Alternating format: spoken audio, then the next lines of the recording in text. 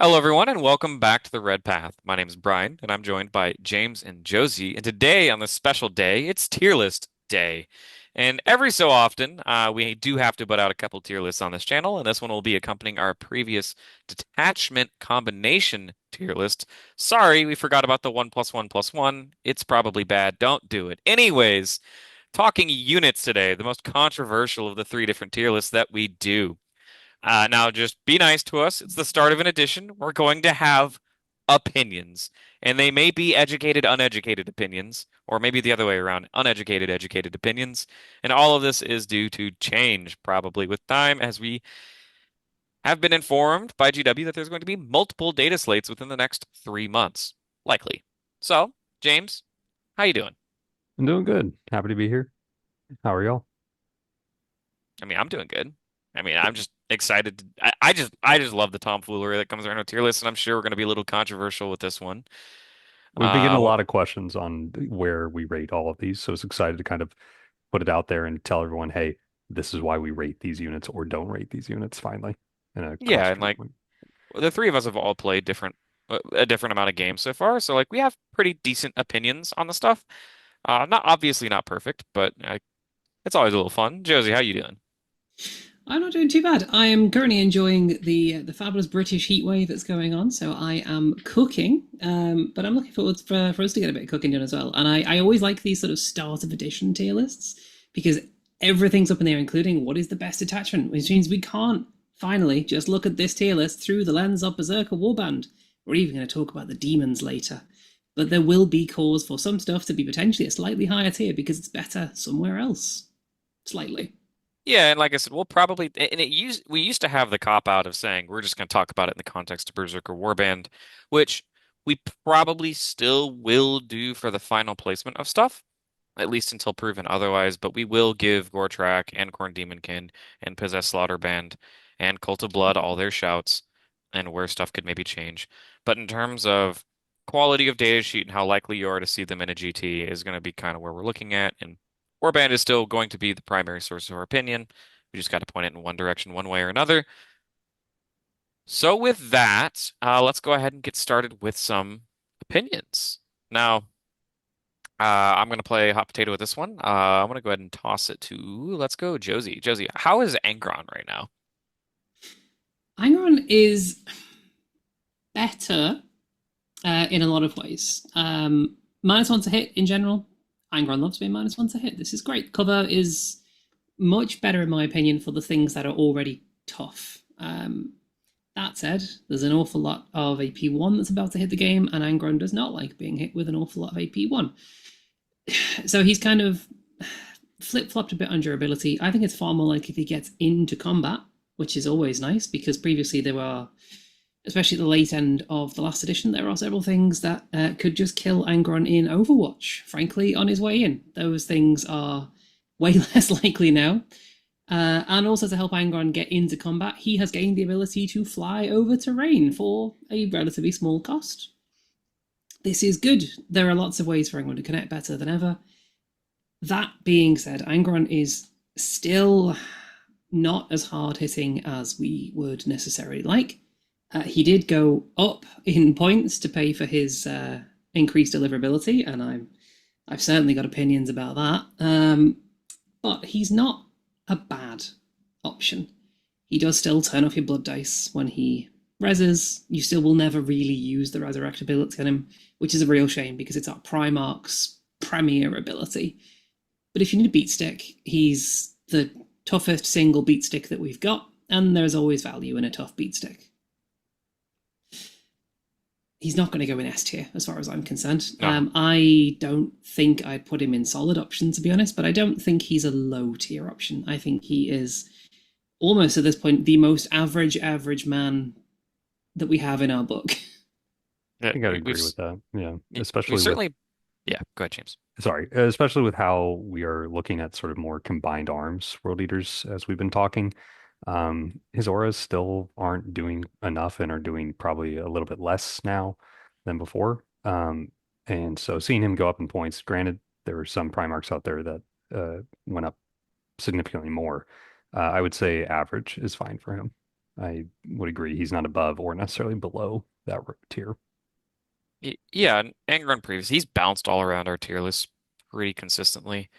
I mean, hell, when the Codex first came out, I think he was like 380 points, and going back up to 350 now, for what he is.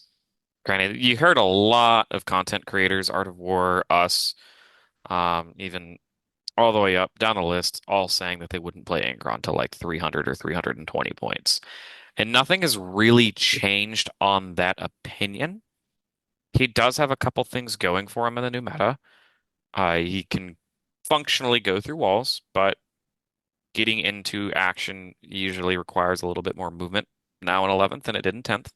So, like, give and take there. You also have the fact that, as Josie mentioned, he functionally doesn't have any rules.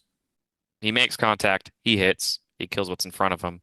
You're using him to reroll your blood dice. That's about it. He does have a couple other modes. One will be super niche, and the other one you'll use when you're already just winning the game really hard, which is the no fallback. You've already alphaed your opponent, you're up in their face, and you're hoping to scam them, right? And yes, the -1 to hit did make him more durable, but I feel like he can be a liability now in some games.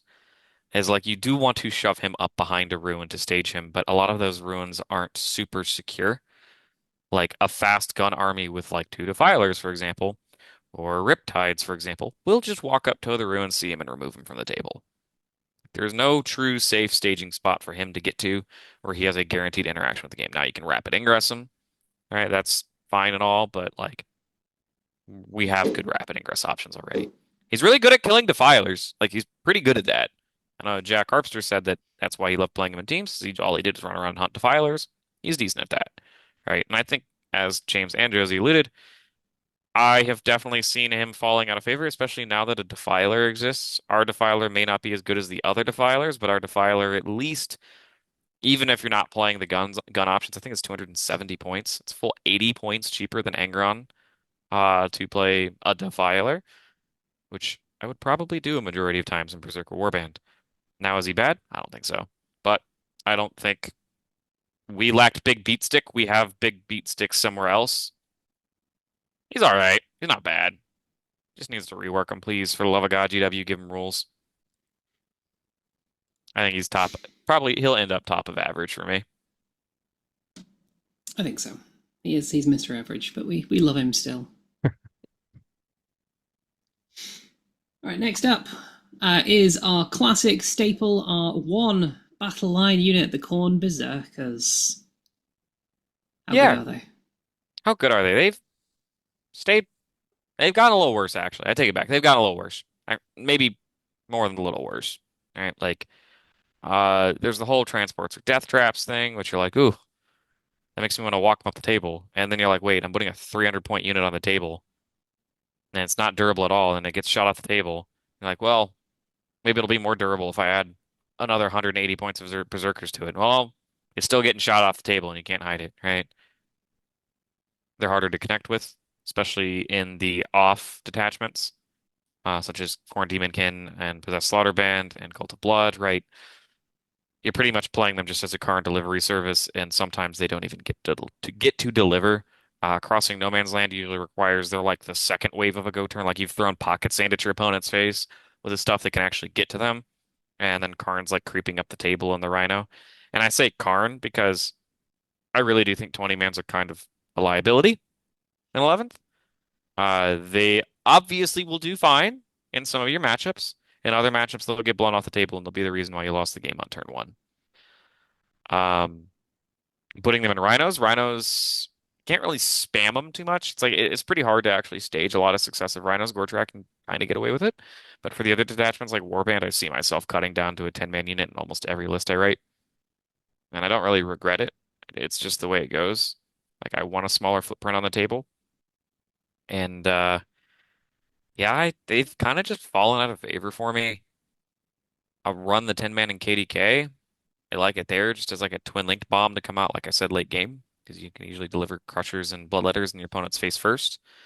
So it's like I said, that distraction screen, the smoke screen before the berserks roll in. But like, dang, it feels pretty bad to actually be a berserker right now in 11th. And it's crazy. I wasn't expecting to be this down on them, but I've talked myself into it. I'd say they're probably bottom a solid option still. Like you're still going to see them in most lists, but like, what else do we have in the army if not berserkers, right? Yeah, you're still going to see at least one, but I'm frustrated they are still 180, especially with the changes to Blood Surge. I outside of Warband, since we're considering others, it's still frustrating their strength four base, and you take Khorne because Khorne just does a lot to elevate that unit.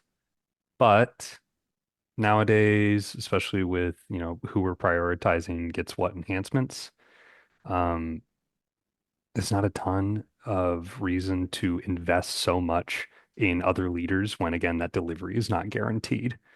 I've even played around with the idea of like a Lord Invocatus to give some deep strike and rapid ingress threat, but at the same time, that's not guaranteeing that that unit is doing the damage I need to for at that point 290 points. So um, again, one you'll definitely see. More than that, probably not. Yeah, especially as you're talking like sorry, Josie, like a 20 man orc boys unit with two leaders is like comically cheap. I don't think that's 300 points or it's barely 300 points. Like 20 boys plus two leaders is the same price or cheaper than 10 Zerks plus a leader. And the output is nearly identical, especially on the wall. They're almost as fast, maybe faster because orcs can get some other stuff. I'm not bashing orcs. I'm not saying that orcs is a problem. It's just comparatively to all the other units across the table that do what Khorne Berserkers do. They're all cheaper and just as lethal. I think they are Yeah. overcosted because of GW's idea of Blood Surge. That's my opinion, at least. Yeah, Blood Surge opens up. I think there are. I imagine some playtesters managed to make it work, and I would be surprised if it didn't impact on the points costs as it came in. You can always now, if you have 2 CP spare, Blood Surge into a 2 CP Heroic Intervention and extend your threat range in a way that your opponent never expected. For that to happen, your Berserkers have to Blood Surge and live through the shooting phase. If your opponent knows you can do this, I can tell you now, you won't survive the shooting phase. It's not even that too, right? Like now that the activating or the active player always gets first fight activation, they can just shoot you and let you blood surge into them and then fight you first. Yeah, as long as they Like don't make another charge. it has Yeah, never been easier to play around blood surge. And I'm not saying blood surge is a bad rule. I'm just saying this unit at this point, just give it another rule on its data sheet in addition to blood surge because blood surge just isn't good enough to carry a data sheet anymore. Hell, rubrics get full rerolls to wound, and fractors full rerolls to wound, and they have precision on all their weapons. Plague Marines, actually, their rules kind of buns, but it's not yeah, terrible. G6. But it's just this is a very neglected data sheet at this point, and it has not aged well as the game has gotten more powerful. When it No, first we've always said existed, Berserkers are a caddy for the characters. Berserkers exist to make the characters better, and we're approaching the point now where Berserkers aren't actually necessarily good enough to be worth taking in a unit with a character. and that's Especially with crazy to Min say 10. because that sh Berserkers should make up a solid percentage of your Yeah, army. In fact, I'm almost talking myself into average option right now, and that is infuriating me that they are that low. I don't know how y'all feel, but I'm just kind of like passionately irritated now at the state of where Berserkers are, of just like watching Orc Boys and Knobs and I'm not going to harp on Orcs too much, but playing Emperor's Children of like a Lord Exultant with five rocketing out of a Rhino just slams so hard. And now that they have a detachment that gives all of their battle line +1 strength, which almost all of the like you could take in any of the EC detachments. So it's like they have five strength battle line running around. Where's mine, right? And yes, you can play it in Warband, and yes. it's not as big of a problem in Warband. And I know I said we would do this in the context of Warband, which is probably still why it'll be a solid option. But like, I'm not happy about it. It's definitely the worst solid option. Yeah, for me, they're still solid option purely because they are the only unit in our entire army, apart from Spawn, that can advance and charge. It has to be Berserkers if you want to advance and charge with any combat threat in this book. So you are still going to take them in Warband. You're still going to take them in Gore-Trek because they're the only thing that goes in a Rhino and threatens anything. You're going to take him through the game. You're just going to feel a bit naff about it. You're going to be comparing them to all of your opponent's units the entire game. That's what you're going to be doing. Yeah, All I, right, I think they end up bottom of solid option. Yeah. Like as things get added, they will get added above Berserkers. I'm one more inconvenience away from dropping them down a tier, right? Like, okay, Spawn. I think Spawn have gone a little bit down. I don't think they're as necessary with the current game state. I think in 10th edition, we were using them constantly, throwing them up the field and causing a lot of disruption, especially in Warband where they were very lethal. I think with the changes to primaries, they are way less necessary to play the game. And so I think they're just kind of average, at least for me. I'm wondering what y'all think on that. I Spawn are going to found feel like one of those units that will depend in a big way on your disposition. If you are playing an army that has a set of primary missions that need you to be in places and die at the right times, you're still going to take Spawn.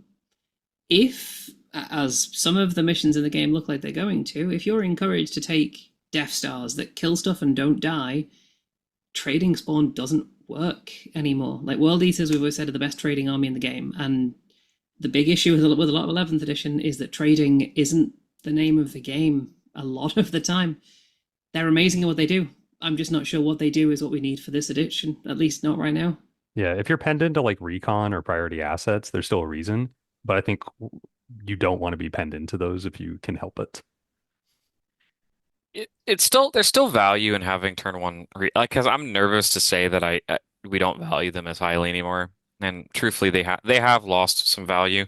I'm nervous because we're giving up they're one of our only reach pieces, right? We have Advance and Charge and Warband. We have the two Gore track strats.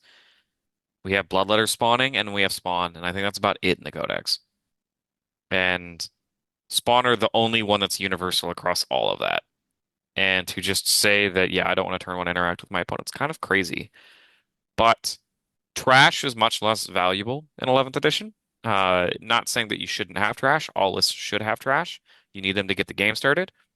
So a lot of the primaries do have actions. If you're playing Purge the Foe, you don't really need it. In fact, it's a liability because there's a lot of kill more. I think there's two missions with kill more. Uh, they just they're good. They're not as good as they used to be. 10th edition cared a lot about keeping your opponent tied up, keeping them losing their trade. Like Josie said, we were one of the better trade armies in the game, making sure that you're pulling out your opponent's better units. So Khorne plus 10 actually had something worthwhile to slam, not five scouts. Go send Spawn, you can go get that. Uh, it's a lot. It's in a weird place. And in Warband, I'm still including a couple, sometimes one. Khorne Demonkin, I'm not looking at him at all. I think I'm just over him. I don't think you look at him in Gore Trek either really that much, unless you just like have the points to maybe upgrade Goremongers into him. He's just in that weird, awkward world leader point bubble, which does exist in list writing. And they went up. And they went Yeah, up. went up 5 points. I couldn't really tell you why, because it just feels like they got a little worse. Uh, they're really good at like sneaking up into go to ground spots, but I mean they're solid. I wouldn't rank them S tier. I'd probably put them in solid. Yeah, I put them in solid. I Okay. I, I think they're more valuable than Berserkers, which is really sad for Berserkers. But yeah, I put them in solid. There we The go. winged Berserks begin to demon fall down. prince. Well, The I know winged James and demon prince. I don't want to play this model, so Josie, you probably don't either, but you have one of the armies that would consider it. That's true. If you're running Cult of Blood, I think you could consider running a winged demon prince. If you're not running Cult of Blood, I don't know why you would. It is improved in 11th edition somewhat. mainly because the battle shock ability, I mean, battle shock in general is more impactful in the game. It has a battle shock ability. It is a bad battle shock ability because your opponent needs to fail essentially two battle shocks in a row for it to be relevant. But it is a battle shock ability. It can hit quite hard. Quite. It's really difficult to find anything positive to say about the winged demon prince still. It's fast, and because it has fly, it can ignore terrain. So you can get a shift on it. It is more deliverable. It's just still so anemic. It's so anemic. You put it in vessels, you can give it an extra AP, and then the sweep is at AP2. That's real. Even the big strikes then are AP3 damage 3 in vessels. That is a real combat unit at that point. But why are you not taking any of the other real combat units that we already have access to? Like, if it's speed is the one thing going for it, it's only a few inches faster than a footprints. I think it's harder to justify when we talk about it in context of its cousin, the wingless Demon Prince, and I think the two need to have a conversation because if you're taking one, you could have taken the other. And generally, World Leaders, I will say, the one thing that we have going for us is most of our detachments have very, very playable enhancements. And usually we're fighting over what gets those enhancements. The issue is the Demon Prince's viability is usually determined by which enhancement it has. Like in Warband, you want Helm on it or Glaive, but usually Helm because you have Glaive, Onslaught, or Bound or Remo. That one's getting tossed around. In Khorne Demonkin, somebody's getting Blade of Endless Bloodshed, right? And I can tell you which of these two I'd prefer to have in Khorne Demonkin, right? Pretty quickly, right? Especially with all the 1DPs, they introduced a lot of the 1DP strats aren't really, I would not call them high value strats. They're good utility strats, but they're strats you're going to want to spam. Like there's all of the 1DPs have strats you're just like, I'm using this every single turn. And it's going to stress your CP economy out, which is going to make you just like turn your head away from the guy with wings and look at the guy without wings, right? Like it's like what Kyle and Cooler Kyle or whatever that meme's called. It's kind of what this is, right? And the footprints, like if I'm going to put Blade of Endless Bloodshed on something, I'm going to want more attacks. I'm going to want more damage. I'm going to want dev wounds, and I'm going to want a CP economy. Uh, I don't care about battle shocks. And speed, the footprints moves 10. It's already fast, right? Like pretty darn fast. And it benefits from one up as opposed to the wing prince, who, if you position it wrong, you get snuck up on, right? It's Yep. blowing up I immediately. Yeah. mean, is it cute rapid ingress, but like again, you have a Slaughterbound plus Exalted Apon, which is quite a bit more expensive than that, but you know it's going to kill what it touches. Yeah. It's going to do Versus its job versus the variability of the demon prince or the winged one. Yeah, exactly. and I So know where we put Berserkers, but the thing is, the Winged Demon Prince is 10 points cheaper than 10 Berserkers. You would never take a Winged Demon Prince over 10 Berserkers, Very true. yeah, even now. I don't think very highly of this data sheet. We never have on this channel. It has done well in like old weird vessels builds where they're spamming three of them. It's a skew. I mean, it can work. It's still a beat stick. I feel like it can get out stat checked by stuff because it can't really punch up into things, and it struggles punching even down into things. Like, it's really good at killing five Marines, and that is about it. Anything that isn't exactly five Marines is a struggle for this thing to get through. There's been questions about like in KDK, for instance, it's not getting blade, but could it benefit from icon? And icon being only 6 inches, it is more maneuverable, but that requires you to play with so many demons in such a concentrated area. And that's just not really how KDK plays most of the time. And the main unit you're taking, often being Crushers, already has the benefits of icon. Some people like the idea of having Scarbrand, um, have like sustained and lethals because of icon, but It it's doesn't a really need them. doesn't really need them. Yeah, and you can't guarantee that. I mean, for that to happen, you need these two to be within 6 of each other, and you may need the Demon Prince somewhere else. Like it's such a hard enhancement to get guaranteed value out of constantly. For that reason, I say it's not really a viable list building option. Yeah, I mean, for me in Cult, it's already a niche detachment, Cult of Blood. I look at Winged Demon Prince in exactly one situation, and that is if my list is 2005 points already. At which point, you drop a footprint, you take a wing print, and you give him brazen form, because then he's also T10 with a 5 up feel no pain, and he feels almost as durable as a footprint. And I'm still sad about that, but that's a 5 point saving that I would make. At that point, he's I'm not convinced he goes into Y. I'm still not convinced he goes into Y. I No, would put him in low tier. he is a low tier Yeah. option. I think he's. I He's a wouldn't be good beat shocked to stick. see a list win. Like I would see a list that won a GT, and if I had a Winged Demon Prince in it, I'd be like, oh, that's neat. But like, I definitely don't think it's an optimal choice, and I don't even think it's a. I think it's actually a detriment to your army. I think you're just better off taking a Footprints, especially 100%. now that monsters and vehicles can just walk over stuff. Footprints can just like stroll right through a screen or something too. So like, speaking of cooler Kyle. We kind of were talking about the footprints for a little bit here. Now, I personally, we have always been Demon Prince fans on the Red Path. Previously in 10th edition, you would be required to have the Demon Prince if you were going to hold primary on some of those GW maps. Even some WTC maps, there was just some layouts that had objectives in the open, and you could loan up from behind a wall. He's our only access to loan up in the book, which is pretty good. And he's our only access to a real, true, consistent CP economy in the book because we don't have a Chaos Lord, not salty. So I actually really like him. I liked him before a lot. I think his value went down as the need for Angron went up because we were getting kind of in a stat checky meta with Satan and Knights were a thing briefly, and Angron stocks went up. Now that I think that the Defilers have offset that, and I think the stat check meta has calmed down a little bit, I think the footprints is up, and especially with all these 1 DPs, as I was mentioning, that were spammable strats. I actually think this guy is pretty neat, and I'm writing him in every single KDK list I have. I think a lot of the other builds will be looking at him. I think Warband will be consistently looking at him. I think you'll see him around a lot. I think he feels good to play. I think he interacts with 11th's rules really well. It's really easy to get him cover. He's a 2-up. He's T10. It's going to be -1 to hit. There's a chance if he's in Warband, he has Helm and he's -1 damage. I can see him being really obnoxious to shift because he basically gained another durability buff. I don't know if I'd put him S tier. I'm like pretty close to doing that, but I definitely think he's the top of solid option for me. If you want to shove to put him in S tier, I'll shove you. Like, as someone who didn't get to put him in a lot of lists to get the full benefit of him, then now gets to the playability he has. Like the fact that we in KDK lists are now subbing out Scarbrand and putting in a Demon Prince says a lot to what this dude is doing for an army.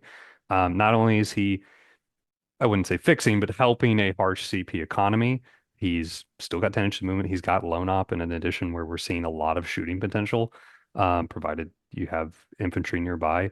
And yes, he's only 4 damage as opposed to 6, but automatic dev wounds on the charge and has blessings benefits, so can have sustained, which often Scarbrand can't. He is a beat stick, which can come in very useful later in the game to just kind of clean up if you have any kind of enhancement on him, that his value just goes even further up, whether it be for durability or offense. Like I'm in love with this guy. I love fielding Demon Princes. Um, and I was very sad after buying one to in 10th edition not really have a reason to. So I'm very up on him. I'd also vote for S tier, in all honesty. I think if we didn't have access to Vessels of Wrath, I would put him in solid option. But I think actually with the buffs you can comfortably get from Vessels for Demon Princes, I think they're fantastic options.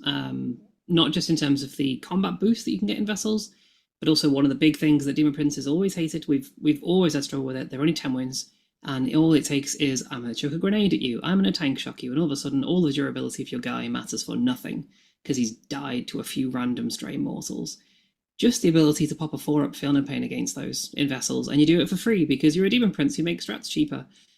I think it's incredibly valuable for a Demon Prince, and I think if you're not looking at him in your first few units that you're putting down on your army list, I'm not sure what you're doing. That maybe you don't take him every time, but he should be in consideration for every list that you run. And like I said, the 1 DPs, they all feel so much better with the Prince running around the table. Yeah. It really makes them tick because you want to use all your new fancy strats in addition to what you've already been doing. And you can't just accommodate the new 1 DPs into your existing game plan. You have to mold your game plan around the new 1 DPs now that you've added them. And he kind of lets you cheat and just say, "Nah, keep doing what you're doing. I got you." And I mean, he basically opened up a whole new archetype for Khorne Demonkin, which was cool. We're doing it. Okay, Sure. 16. You won't hear me complain. Ooh, Speaking of complaining, ooh. Best unit in the Codex coming up, right? Well, if you noticed, we have a tier beneath Heldrake, guys. at least one of the next two data sheets lives in there. And I'll start with the one that I'm most confident goes in there, and that is our wonderful Predator tank, the las cannon version. I'm gonna put it in white right now, and if there's any argument for changing it, we can change it. That's fine. But this thing is awful. It has 5 shots if you're in rapid fire range. And now that you're hitting on fives, that is less than 2 hits on average every time you shoot this 130 point tank. Its only datasheet ability revolves around killing things better, and it is awful, awful at killing things. You could put this in Brazen form. You could spend the points to make it a demon. You could spend the CP to make it ignore mods. Why would you ever do that? You could, though, but it still does not get. It has no redeeming features. There's no reason to take this unit over any of our other shooting options. Yeah, in You the don't even points get. context, it's if you take two of them, that's a defiler. If you take one of them and you don't bother with the enhancement, that's if you take the enhancement, it's like 150 each. If you take no enhancement, that's a unit of 8 bound. That's just going to be more useful, frankly. Also, I don't know where you got 5 shots from, Josie. The picture has no sponsons on it. So, it's just not worth talking about much more, guys. Don't play it. We have strictly better shooting options now in an army that's not good at shooting. Yes. I do think, though, that it is the only one of our Y options. I think that the autocannon Predator is useful only for its datasheet ability. It is not useful for its damage output, although its damage output can be okay if you make it a demon and make it ignore mods. It has a reasonable number of autocannon shots. It's not the end of the world. It's very expensive in points and CP to do that, but it exists. The only thing that you need to do with the autocannon Predator is get one single solitary hit on something that you are scared of Just get and one make hit. it -1 to hit. Just But get it one hit. doesn't work on vehicles or monsters. Doesn't work on vehicles or monsters. You pick a scary unit that is not a vehicle or a monster, you fire this at it, you just need to land a single hit. And that unit is now going to be -2 to hit you in cover, and you have essentially neutered that unit. Does suppression Is that also worth still an work in entire melee? Predator chassis? I think it's ranged only. No, I think it I does think work it's in both. melee. I think it's both. But It is. stop giving good ideas to play this model. It's also bad. It's just not as bad. In fact, I was going to propose he goes in Heldrake tier, but that would be disrespect to the Heldrake. I actually think there's more reason to play the Heldrake over this thing, so maybe it does belong in Heldrake tier. I am not high on this Predator. It rolls up. It does have like 20 shots if you combine all of its shooting. But again, you're hitting 5 or 6 times. Like, what are you doing? And you don't even know which of those, like, at that point, both last cannons could miss. Or if you're taking heavy bolters, like, it's not good at shooting particularly much. It's one AOC away from functionally doing nothing if your opponent is really scared. Like, it will do nothing if they just AOC it. There was kind of a reason to play it in 10th, just because of its volume. It was decent at clearing screens. Like, I would say that you could run out and it could be like a budget Forge Fiend to go pick away at like 10 group. But like, actually, no, they had stealth. You wouldn't do that. It just kind of sucks. I don't know. I've never been high on the Predator, Destructor, and Eaters.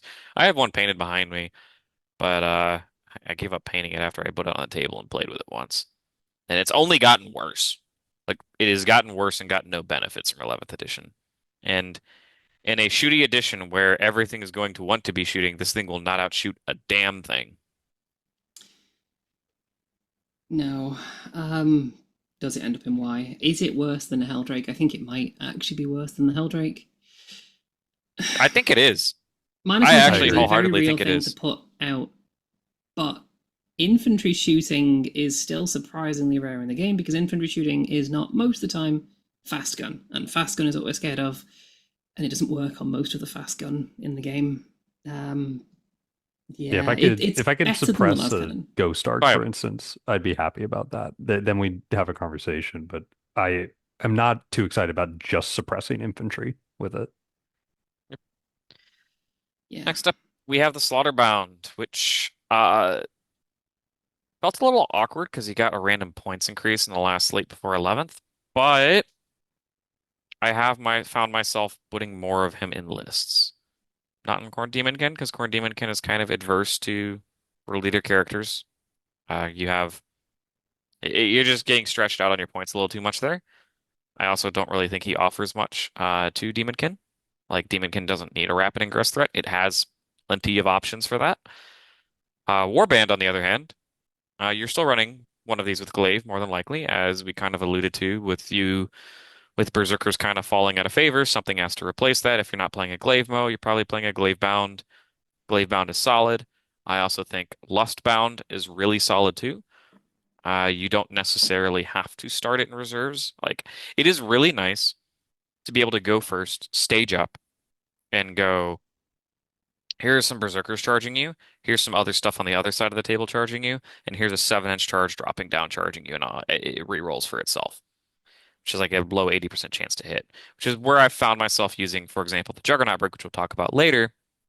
And KDK is usually it's part of just a go turn where I'm like, I'm already jamming you with 30 letters and Khorne and 2 defilers. I'm just going to try to rip a 7-inch charge with the CP to reroll it, right?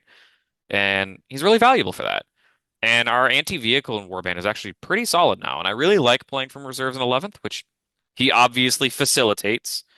You can attach him to 8-bound. You probably won't. I'm a big fan of double exalted, double slaughterbound in um, Warband right now, especially as exalted 8-bound can now revive after they're dead. I mean, it's a buff technically if you squint, but like it'll come up more frequently.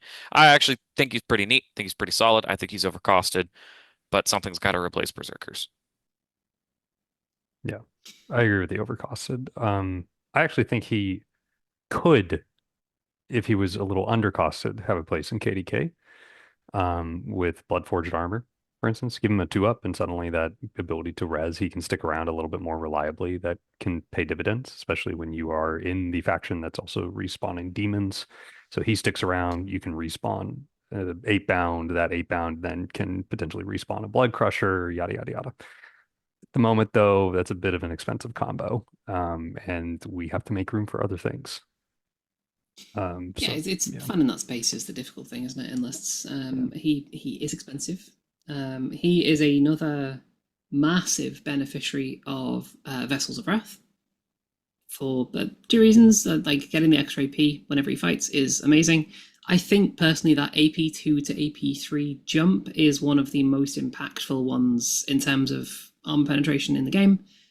It pushes vehicles to saving on sixes. It pushes most infantry to saving on sixes, and even you're guaranteeing that tough stuff, even through Armor of Contempt, your Terminator style stuff, is still going to their invuln. AP2 is really vulnerable sometimes to going into 2-up armor with Armor of Contempt. There is still going to be a lot of that in the game, I suspect. And he's just a fantastic caddy for enhancements. Probably the best budget enhancement holder we have, because the Demon Prince on foot is double his cost. There's amazing stuff that you can do with him. I think he is gonna come in lower than certainly at least one of the units that he can lead, which is, I think, different from what we've had for him before. I think we've always had him really high up, but he's got to be a solid option, I think. I'd agree with solid option. He's still scary. He still demands a certain level of respect when he's across there. Even if I've seen plenty of lists that run him solo that people just want to deal with like a Triarch Stalker, or just 5 JPIs and they'll throw him into it. Now, you can have a discussion about whether that's the best use of his points, but still think he's solid and has variety Yeah. of ways you can field him. I think planning for solo Slaughterbound has definitely died because with 11th edition forcing you to attach in your list killed that. Frankly killed it. You, Yeah. it's nice to have the option. Not trying to doom on you. It's nice to have the option to run them solo. In fact, it was sick when you like paired into Drukhari and you're like, I just need more units. Like I just need 15 units on the table and all of your leaders split off. That was nice. Now we're death breaking. I like him a lot. I think he's probably top of solid for me. I love him. I think so. I think I'd rather have him than 2 spawn most of the time, and he's going to hit not necessarily harder, but certainly more reliably than two spawn. And That he's makes not me dissimilar in sad. speed if you're going to be deep striking him on most of the time. Don't say that. That makes me sad to hear, though. Not hit harder than spawn. Ugh, what is this army? All right. It's not Anyways, amazing. 8 pound. We've I'm up on been them. not high on 8 bound You're for a long up on time, them? really, have we? I'm up on them. Not like I'm like, yes, they're S tier, but personally, I'm a little up on them for one reason, and that's what Cat just unplugged my headphones. Sorry about that. It just jumped out of my lap. I'm a little up on them simply because of the change to indirect. I constantly, even when I was playing Warband, was always so hesitant about fielding them because of the state of indirect in late 10th. Um, that's changed. So for that reason, I'm a little up on them. But admittedly, I don't play too many 8 bound because we don't have a real good reason to play them in KDK. But that's kind of my immediate thought on them to contribute. My main concern with 8 bound now is the size of objectives. 8 bound are great as a buffing unit. Like that 6 inch aura +1 to hit is a massive damage boost for the army. However, if your opponent is sat at the back end of their middle objective, you can't sit your 8 bound at the back end of yours and reliably give +1 to hit to your units in combat with the unit on the far end of the objective. Which means at that point you're committing the 8 bound and your unit, at which point you shouldn't be committing twice. It's more difficult to get them into the right places to get their value. They are still a major combat threat. Absolutely. They hit incredibly hard in Warband, into the right targets, obviously, but they are a good, hard hitting beatstick unit that still can buff stuff. But I think it's so much more difficult to leverage their buffs. Ugh. I don't think we are far from the EC community right now in terms of feelings of flawless blades in 8 bound. Now 8 bound have a way better damage output generally than flawless blades, but in terms of deliverability, I said deliverability is literally everything for a melee army. Scout 6 move 10 will not get you charging your opponent turn 1 unless you're playing on Search and Destroy. So Scout 6 really gets you into an awkward staging spot, which you were probably going to live at the whole game anyways. They are expensive. They are not durable. They will not be able to move 10 and charge things that are useful unless your opponent is just putting it in front of your face. I am really down on them. They move slower than Berserkers disembarking from a transport. I would rather play Berserkers in KDK than play one squad of 8 bound. Plus any amount of characters, even if Blood Forged Armor was a thing. I'm sorry, James. Like, moving 11 inches versus 10. I need every little inch there that I can get because it is astronomical the distances you need to cross to be relevant in 11th edition. And if you are not able to cross those distances, you better be durable. That's not what this squad is. It is a fast moving, because it moves 10, which really isn't that fast for melee models that are like in this day and age, everything has advance in charge if it's a melee unit or a jump pack or so on and so forth, or it's disembarking from a transport. And that just isn't what this unit is. And it's just living in that awkward limbo of it's just fast enough to make you want to play it. It's just lethal enough to make you want to play it. And then it never connects and it just dies. And I've really seen myself falling out of favor with it. And I don't think it adapted super well to the changes that 11th edition has brought to the game. No, I think that's fair. I think I'm just in the realm of like, I've got 27 on the shelves. Maybe now's the time. Maybe you're playing Possessed Slaughterband, you're playing a few squads, but like if you can stick them in a Land Raider and drive them up the table, they're pretty darn good. But They're that's okay. not. I Outside of Slaughterband, I think 8 bound are in a position now where you either take one unit of three or none. I And agree. that Yeah. is a sad place for them, but I think that's where we're at. I agree. I think they're an average option. I think so. Would Yeah. you rather They have are Angron or 8 bound? Angron. Angron. Angron. Rip. Yep. That's so low for 8 bound. I don't think we've ever had them that low. No, I don't think they've ever gotten below solid option tier, but I don't really build them in lists and I don't really feel bad. If they're in a list, it's because points were awkward.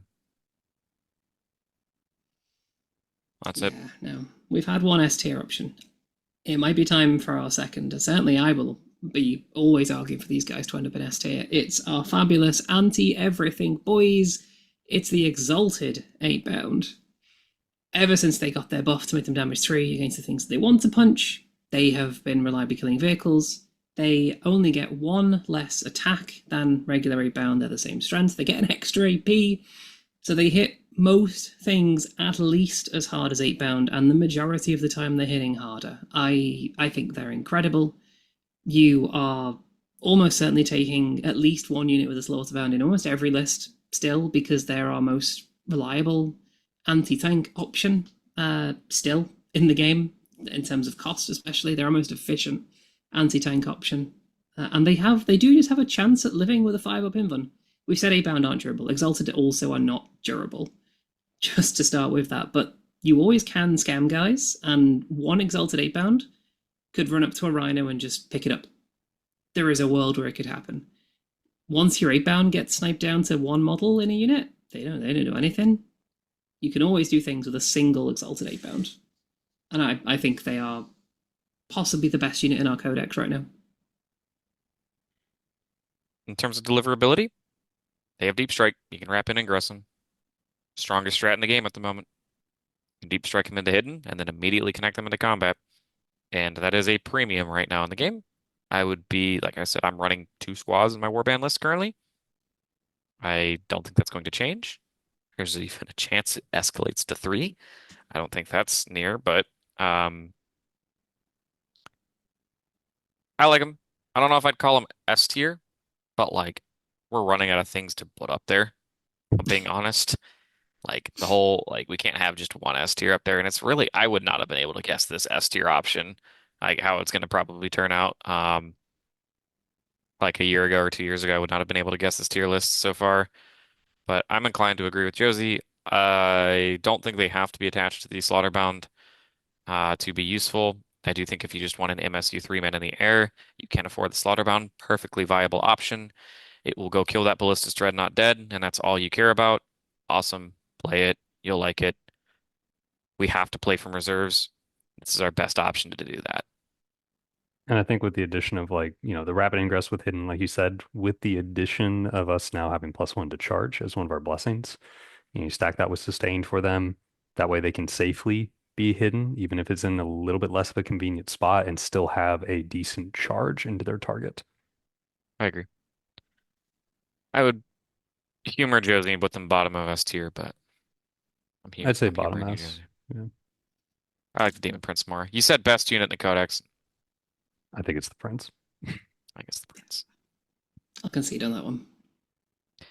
Forge Fiends. I actually Yeah. don't hate them. I actually Still think they got. fine. I think they got worse, but stonks up in context. Like guns are super important in 11th. They Yeah, you, didn't you get have more to consider important. Forge Fiends in the context of Brazen Form and the various Brazen Engines rather, and the various options that that gives. And Forge Fiends natively demons. Yeah. Even even for Warband, like Yeah, fives re-rolling is feels way better to roll than you'd think it sounds. Now, Forge Fiends have always sucked at shooting whatever they don't have rerolls into, so you can say, "Oh, Brian, I don't want to shoot everything I have rerolls into." Well, still sucked. The Overwatch got a little bit worse. I'll give it that. I would say they're probably, and you're going to hear this a lot, and we've said it multiple times, they're probably a little overpriced now for what they do. But you're flirting with this or the Defiler in terms of a gun platform or the Lord of Skulls. So in terms of affordable gun platforms, this is your only option. And I think that playing combined arms is more important than being mono melee at the moment. And I still would prioritize having 2 Forge Fiends in a warband list. My warband list has 2. Maybe that'll change, but may not be happy about having to play them, but they are required, I think, and they're as cheap as it gets for having a functional gun platform. So, Yeah, if you're building in a list where you're like, I really don't like having less activations, so you don't want to pay the Defiler premium, there's still a decent option. Um, you are still going to run into the problem, like Brian said, of, you know, if you want to, if you have a single scout in front of you, you know, you're screwed. You have to shoot that scout or risk not having rerolls. Um, there is also the thing of, yeah, you don't get rerolls in Overwatch, but frankly, you probably shouldn't have been Overwatching anyway with them. You know, realistically, it was uh, never going to work out the way you wanted it to. Unless you have a Um, demon prince nearby and it's free and you haven't used it yet. sure, sure, just because you could. Um, but they're still fine. I just think it depends on what they're competing with. If you are going more elite, you have to justify taking them over the Defiler. But if you can make that justification for your list, then by all means. Yep. I agree. I think they probably sit in solid option for me. I think they are arguably more valuable to a list than Berserkers are, even in Berserker Oh Warband. yeah. I was gonna put him above. I was gonna put him between Spawn and Zerks. Yep. Works for Maybe I could me. be convinced they're better than Spawn, but oh, Mr. Waddles, he got nerfed. Big nerf. He did get. He kind of got nerfed. The No, thing he is, the got the nerfed. thing that got nerfed with him is the thing that you were always threatening to do, and you would do one game in 100.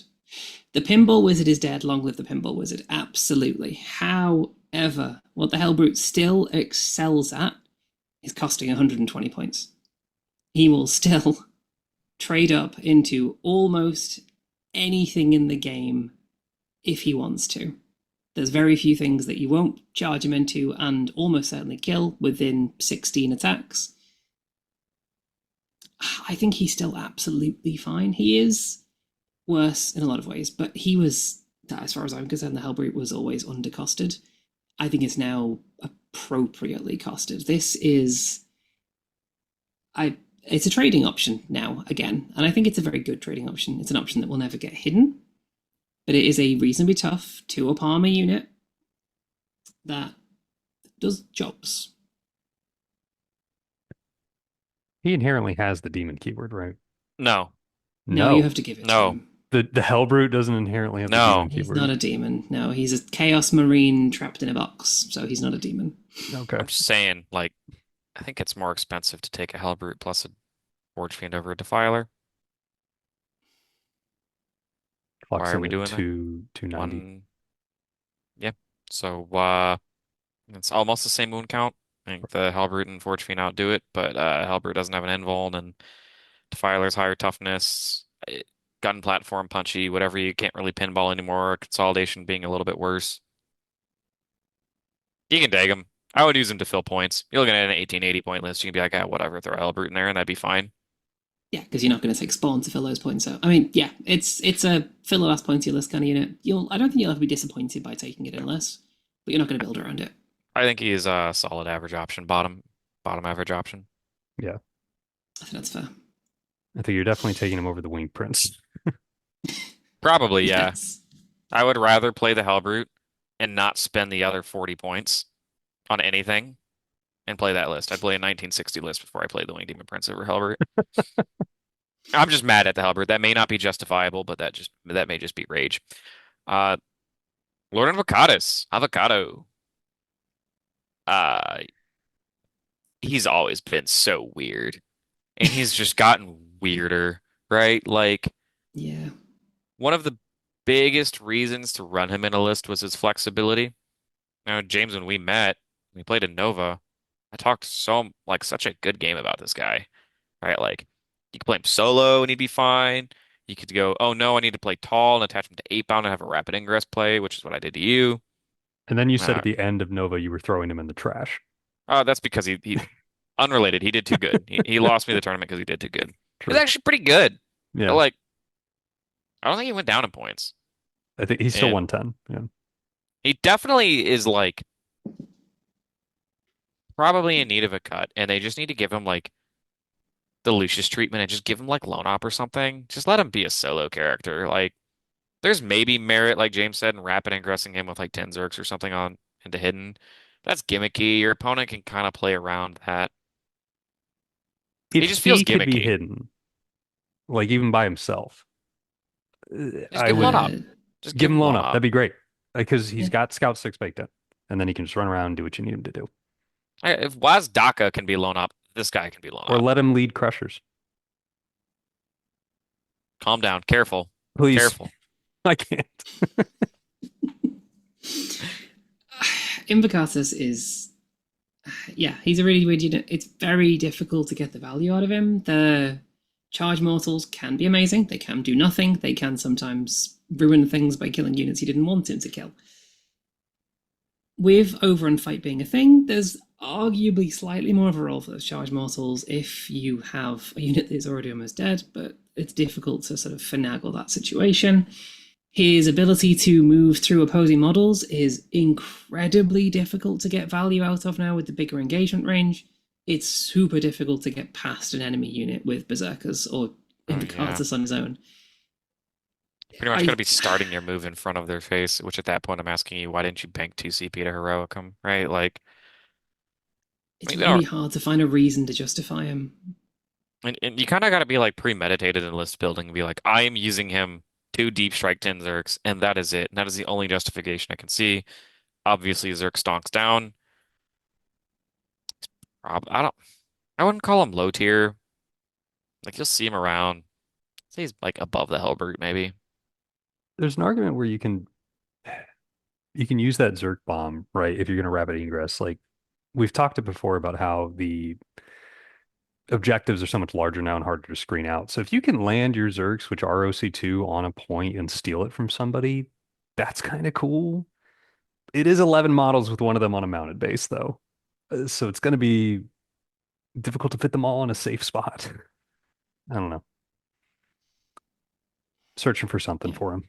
It, he was One thing you great. can do, if you really want your 8-bound to be your rapid ingress threat, you can give 8-bound deep strike. Just play it. Slaughterbound with 3 Exalted, please. Like, I'm sorry. I think he's above the Hellbrute. I think you can justify him more so than a Hellbrute, but not by much. Unless you Not by think much. less. I'll give you average. I genuinely would have put him top of low tier, but we will see how it pans out. I think I would do the same. Vote him there. Yeah. I'll be Well, if we've outvoted. got the two I against have one, that's no love fine. for him There we at the go. moment. I think top of low tier because I just anytime don't. It's the same as the Wing Prince. I don't see a reason that you would run it in an army, like ever. anytime I see someone taking them and I ask why, they go, "Oh, I just really like them." Like the model, Yeah. and that they don't have there is not a significant tactical reason to take them. No, this is a Lord on Juggernaut. I just wanted them to look different from each other. It's true. He doesn't even get Vessels buffs because he's a named character. Hey, I It's so sad. I actually think this next unit got better. And I think we had it in S tier last time we did the datasheet. A datasheet tier list. I think it got better. Why? Because you have to play 2. You know why you have to play 2? Because the game told me I had to, because I have to screen out my backfield with something. That's true. He used to Technically have to better. run 1. Now It you is need the 2. only option to do it. You saw 1 in every list. I'm going to tell you right now, you should have at least 2, maybe 3 in every list. I love my fucking jackals so much. I love them. They give. I already love my Demon Prince, and they're primarily, if we're not playing Zerks and we're not playing 8-bound and our exalted 8-bounder in the air, somebody's got to give the Demon Prince loan up, and it's going to be his little mortal hype man behind him that has all sorts of drugs going through him, getting him on that battlefield and going. Right.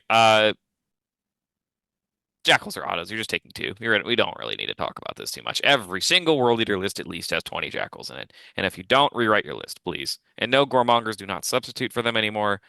You're taking 2 Jackals and 1 Goremonger if you're debating playing Goremongers. They're just necessary.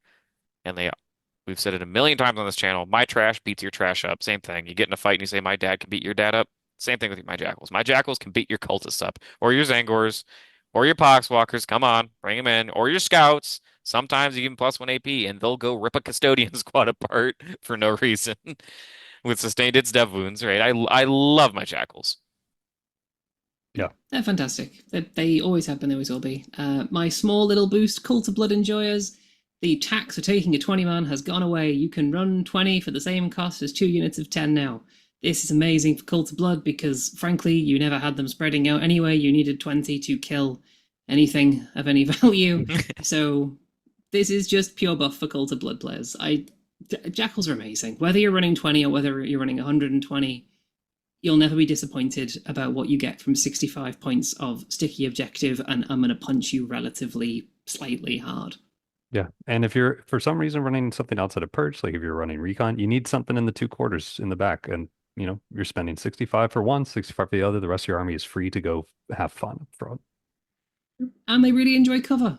Cover is great Yeah. for them. Hidden's awesome. Uh, Cover's great. like I've spent the entirety of the last edition having people go, "Wait, they're T4 because they're occultists and they shouldn't be as tough as they are." Now they are T4 and -1 to hit most of Have the you time. seen them on a table compared to another cultist? They're shredded. They're They're shredded. shredded and they're a full head taller than them. And they're so cool. And they're on bigger bases. All right. We love them. Play them. Play them. Khorne, you went up 15 points. Still taking them. Still taking them. Still take him. You take him at 10 berserkers, even though he starts eating his buddies in a transport now, even though, Whatever. you just take Khorne. Khorne punches harder than anything else at a comparable level. He still reses, which is still incredibly valuable. You take And he Khorne. maintains his rerolls, so like It's when he true. stands back up angry with 10 blood letters behind him,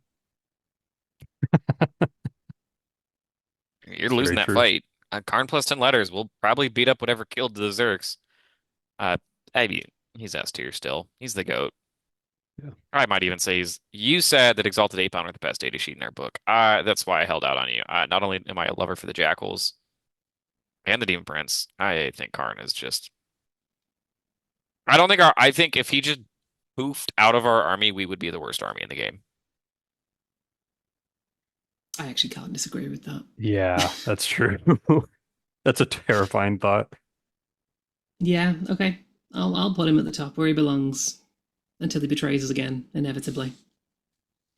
Yeah, that's the nice thing though, is like never shoot your guns on your Zergs. Never. Unless you like really need to, but don't question it, please. Throw a grenade instead. Throw a grenade instead. The nice thing is if Khorne stands back up, he's still in hidden, which means there has to be two guns right there to actually take care of him. I mean, it can't be two guns to take care of him. It's really hard to actually clean him out because like he will stand back up. You'll hopefully deal with whatever's in front of you and you'll consolidate backwards and they'll have to whip another gun out and likely have to get within 12 or 15 of you to shoot you. It's like he's a little bit more obnoxious to deal with. You can't just cross table deal with him. And the stand back up is a legitimate threat, and he is still lethal enough when he stands back up to deal with what's in front of him. Yeah. He's good. I think he went up 15, but he got better with the change to how his abilities stay for the rerolls. I, I'll play him probably to like 130. That's not a suggestion, GW. Don't put him all the way up there, please. All right. I think you're a big fan of this next one, Josie. Or at least, I am. It's the Land Raider. It's my favorite model almost. It's a wonderful model and nobody ever expects 8 las cannon shots. And for me personally, I have always hit better on 5s than I have on 4s anyway with the las cannon, so I don't mind it getting hurt by cover. I think if you're running Gortrak, you are still taking a Land Raider in almost every list that you're building because it's quite difficult to get around the board sometimes, and a Land Raider makes it a lot more reliable for your tough stuff that you need to get around the board. We've already said rhinos struggle actually to stage up. Most maps have one space for a rhino that is reliable. There is nowhere reliable for Land Raider, but tow it onto an objective anyway. Watch your opponent shoot one gun at it, threaten to react straight back off or straight towards them, as is the rhino, the Land Raider's right. It's tough is the thing. It's still T12, 16 wounds, 2 up armor. That is a tanky thing to deal with. Cover is great for it because -1 to hit on a thing that is that tough is a real challenge for opponent to deal with. It can smoke, and smoke is that little bit better now because it can protect the things behind the Land Raider as well. If your opponent has fast gunned onto your Land Raider's objective and is about to shoot the stuff behind it, you can give weird cover to stuff that your opponent wasn't expecting to get it, which is quite nice. That said, it is still going to be hitting on 5s most of the time. If it's bracketed or in combat or in any way made worse at hitting, it is going to hit on 6s, and you're just not going to worry about it shooting. However, it's never really been about the shooting for Land Raider. Even with all those las cannon shots, you have them, and it's great, and your opponent maybe respects them, maybe they don't. You don't really care. It exists as a tough transport, essentially a movable ruin. and it still performs that role really well. I think on the new edition boards, especially, it is really handy to have that essential movable ruin. If it happens to kill something with the las cannons, fantastic. If your opponent gets really upset because you landed 6 hits, great. It will happen sometimes. I love that mentality of bring on the fives. Bring on the Just fives. embrace it. You can make it a It's demon. absolutely fine. I think now it ends up in solid option, which I think is possibly the highest it's ever been. I would genuinely argue for it being there. Possibly below Berserkers, but I think I'd It's rather have a Land Raider than Angron. Uh, as someone who's been running Land Raiders outside of World Eaters, yeah, I really like the change to them in the new edition. So I think it speaks to any army that has a Land Raider that benefited cover significantly affecting because you were often getting hit with so much AP when your Land Raider was getting hit that really you just want them not to get hit in the first place. And I think the new edition and some of the new terrain layouts is really conducive to fielding them. And so I like them. I like them too. Solid option. I would be tentative saying solid option though, Josie, because in my opinion, that like a lot of the other detachments do not benefit much from them. I mean, This is true. Slaughter Band and Gore Track will maybe look at them. Warband, KDK will not. Cult of Blood will Yep. not. And if you're looking at them in Slaughter Band and Gore Track, I wouldn't say they're required, right? I would say that you can very easily see a good list without them. I don't mean to like disrespect them. Would you rather see more than Angron? Angron would probably sneak into Warband lists before a Land Raider, I'd be honest. So if we're just being fair to that, at least would not put them above Zergs. I think you said you'd put it above Zergs. I wouldn't put it there. I'm probably somewhere near top of average option, or I can concede solid option, but That's fair. You're my tiebreaker, James. I guess the question of like, do you define solid option as something you're going to have in every list? And you are right, it's not going to be in every list. Personally, I'll split the difference and put them above Angron in average option. That's fair. I'd take top of average. Yeah. That is absolutely fair. Like I really like them, but yeah.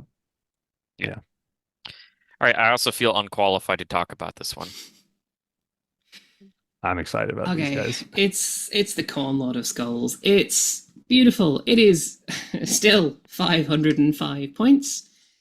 If you were of the mindset that GW last edition made it 505 points so you couldn't run it out of reserves, then be happy. You can now put it in strat reserves.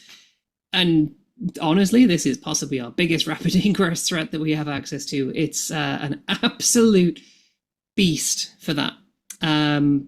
It got worse unless you are within 12 inches of your opponent. If you can get this thing within 12 inches of something that you want to shoot at, and obviously then also within range of something else that you want to charge at, this thing is a massive threat because it is towering, which means it gets plunging fire just by virtue of being within 12 inches of the thing that it wants to kill. If you run this in Brazen Engines, and if you're not running this in Brazen Engines, I would genuinely question your sanity. This thing hits on threes. It gets all of the rapid fire stuff. The whole point of World Eater shooting is it gets rapid fire, but it hits on fours. The Lord of Skulls is our one option, the one that we have to hit on threes. And the shooting output that it has is genuinely extremely impressive, as it should be for a 505 point unit. It's T13, which means it's super tanky. I still will always struggle with the fact that it is only on a 3-up armor safe. It will always feel squishier than you want it to as soon as your opponent puts real guns into it, or for that matter, real combat. It will die. That's just kind of the way it is. We saw a few niche lists in Warband running it previously, sort of towards the mid to late period of 10th edition. I don't think you're going to do that anymore. I think you are just looking to put this thing in Brazen Engines and threaten A, hitting on threes every time you shoot, and B, a Blood Surge. I'm also, it has a new competitor too. It does. We've heard us say the word a lot. And it's because it's honestly nice, and I don't want to get sick of it because I actually think the model's sick. I think the Defiler also covers a lot of what the Khorne Lord of Skulls used to do, but at a significantly discounted rate, 230 points less. You can almost run 2 Defilers. It's a little bit of change for the price of one Lord of Skulls. And I Yeah, would probably go there first, if I'm being honest. And I'm not trying to be down on the Lord of Skulls. It actually has a few more reasons to run it now than it did then, but we weren't really high on it before. It was kind of like it skews your list very hard in one direction. And if your opponent just has the answer out the gate and you can't interact with that answer, you're going to be playing a 1500 point list on turn 1 or 2. It's just the truth of it. There's nothing you can really get away with from that. But if you play into something like Blood Angels, you pop -1 damage from Warband on it, it's still going to be there and it'll solo win a game for you. It's just a very polarizing unit. Um, if you're going to go to a super major and your intent is to win 7 games, I promise you it will be the reason why you lost 1 to 2 of your games. And it'll be probably the reason why you won 3 to 4 of your games. And then one of those games was like in the middle, kind of weird. I would probably call it bottom average. I know James just got his magnetized and he's really excited to play it. I am super excited for these guys. I'm going to be forcing for at least a little bit one Lord of Skulls and one Defiler. And I think I think I agree for all the reasons. I wouldn't put in solid option, but the ability to finally rapid ingress this is phenomenal. And flat 8 damage swings when you tell your opponent that is enough to make their head spin.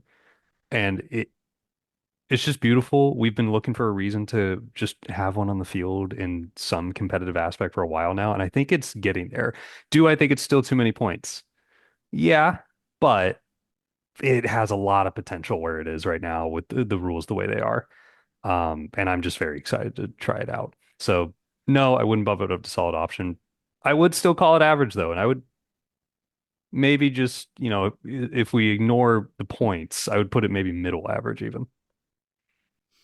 yeah, I think it's an average option. It is a genuinely fun unit, both to just have in your army, but also to play on the tabletop. It's never gonna feel bad to push the giant choo-choo train around that board, and you don't get a feel for it until you actually move that model. How absurdly big it is, but it's fast enough to get where it wants to go. It can be ingressed. It shoots arguably better than anything else we have, including Defilers for now.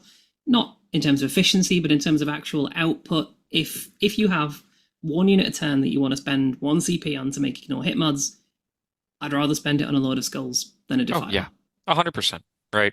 But like I said, you have officially skewed your list. And Oh that yeah, is Yeah. not a bad thing. immediately. That is not a bad thing, but you are saying that sometimes the fate of the game is out of your hands, which Yes. in a competitive environment is usually not a good idea. Yes. Sometimes you can Uh, get lucky and pair past all of your problems, and sometimes you'll immediately get put into pact bound, which will just go bzz, and it's gone, right? Like Absolutely. If you are a effortlessly Lord of on the Skulls table. enjoyer out there, what you want to do before you look at this thing for any competitive tournament where you actually want to win is take a serious look at the anti tank that is in the meta.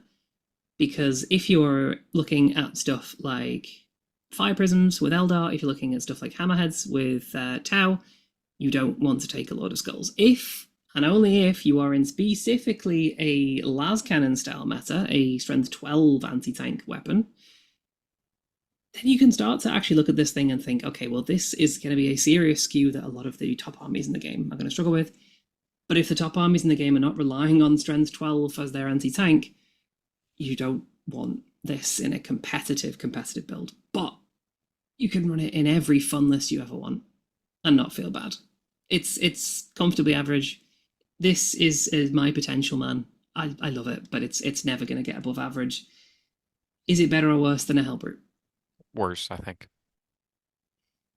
Yeah, right. It's worse than Hellbert. I think I'd rather have three I know, Hellbrutes James, you're and excited, but come change. on, I'm man. just Come on. excited. I'm a beast of emotions. Speaking of a beast of emotions, let's talk about the Lord on Juggernaut. And I'll go ahead and preface this with I'll let James take this away in a second. But we'll talk about it from the normal world leader perspective. This guy kind of sucks now, not gonna lie. Just fundamentally, the amount of times I've just been like, Ah, I'm gonna swing my attacks. Here, take 7 saves from between the horns and the sword, all at AP1. And they're like, oh, I made 6. And I'm like, oh, No, that'll be the 2 damage. It'll be 2 damage, sir. If you'd be so kind to mark the wound count on your rhino down. And sucks. This dude sucks. And I'm not gonna be marching 10 Zerks around the table anytime soon. With him. I'm not gonna be marching 20 Zerks around the table anytime soon with him. I'm not gonna be playing him solo anytime soon. I don't know what I'm going to be doing with him, right? Like maybe maybe the 80 Zerk skew still exists in teams. That's it. Sorry to hurt feelings. I think this dude sucks. I think he's terrible, and I think he very terrible does not apply himself to what 10th edition is trying to do, really at all. I think if the 80s XQ does exist, even, I still don't think you take it with Lord Zone Juggernaut. You took, like, last edition, we basically, in a competitive build, we took Lord on Juggernaut to lead 20 Berserkers because he extended their engagement range from 1 inch to 3, and he boosted their movement a little bit, although still not by as much as you would get by just coming out of a transport, but still. Now that engagement range boost is 2 to 3, which is frankly negligible, the speed boost still doesn't actually matter, and you never really run 20-man Berserkers anymore. His entire niche is gone, and I don't think there's a new niche I can think of to put him in that would justify spending more than just putting a Master of Executions in the unit. No, he solely belongs to KDK now. He's ours. And that's why he loses his keyword, apparently. Um, Yeah, now let's he, zoom out and have a realistic take on an actual good application of this guy. All right, take it yeah, away, James. he's still leading his blood crushers, and frankly, he is more important to them now because of the change to engagement range, or the way fighting works. You no longer are fighting base to base with a model base to base, but you do have free pivots on your crushers, and you're getting 3 inch engagement range off of them. So you need to be making use of that. And they're still a great unit that went down 40 points. They no longer cost the same as Angron. He went up 10, they went down 40. Perfect. They will, if you have a good turn with lethal sustained, because you can very confidently make their charges, great. You are going to pick up whatever you go into. You can give them +1 to charge, in addition to the +1 they already have to smack a 7 out of deep strike. Very nice. They are still a great unit that he can lead, and he is giving them a ton of benefit. That's in one detachment. And not everybody is crazy about that unit because if you aren't practiced with it, it is very unwieldy. If you practice with it, it's great. But if you're not, it's very unwieldy. And so, again, it feels bad that he is only applicable in one of our detachments. Yeah, and you know what? We can go ahead and I think we can kind of like break a little bit of the order that we've been going in here. I think we can probably place the Juggernaut Lord right now where we would for the other World Leader detachments, which I'm going to be honest, bottom average, top low. I don't really care where. I Would you think put him outside over of KDK, I Invocatus? put him in low. I, I put him I above Invocatus. I agree. I put him above Invocatus, and let's go ahead and place the Blood Crusher icon where we would place the other guy because we're on the topic of it, right? The Blood Crushers themselves, I don't think they're mandatory in Khorne Demonkin still. I think a lot of lists will find themselves in a position where they want the Demon Prince and they're going to want some Defilers. Like we have a video coming out where we talk about this in depth. I don't know if it's going to come before or after this video, but you're going to want Demon Prince 2 Defilers probably, in my opinion, in Khorne Demonkin right now. If you want to include Scarbrand, you're probably either cutting Karn +10 or you're cutting this brick, right? I don't really care which one. I think both are very op good options to cut for each other. Um, so I don't know how you feel, James. I kind of hesitate to put them in S tier because I do feel like they're still kind of optional. Like they're definitely points you can play with, but they are certainly solid, and I would expect to see them in a majority of Khorne Demonkin lists now. I think I would put them above Spawn, or maybe even top of solid option as Blood Crushers. I would nestle them between Spawn and the Slaughterbound. Reason being, is I got to take into account the 3-man variant, which in 10th edition, 3-man were great for scamming primary. The fact that they can't benefit from hidden makes them a little bit less useful now. You still can pull the scamming of primary, but it's just not as necessary to do when you can just have like your left-hand side of jackals touch that one expansion point while they're still kind of screening the backfield and they're hidden now, right? So for that reason, like obviously I love the unit. I take it in every list I can. I have been running lists with multiple Blood Crushers units, but I wouldn't quite put them S tier. Um, Especially because even if you are taking multiple, only one of them is going to be lead, and that's the better unit. The other ones are just tar pits. So I would nestle them between the Slaughterbound and the Spawn. Yep, I'm I okay can't with that. disagree. They're just so cheap. It is dirt. They are dirt cheap for what they are. Next up, the Master of Executions. He's all right.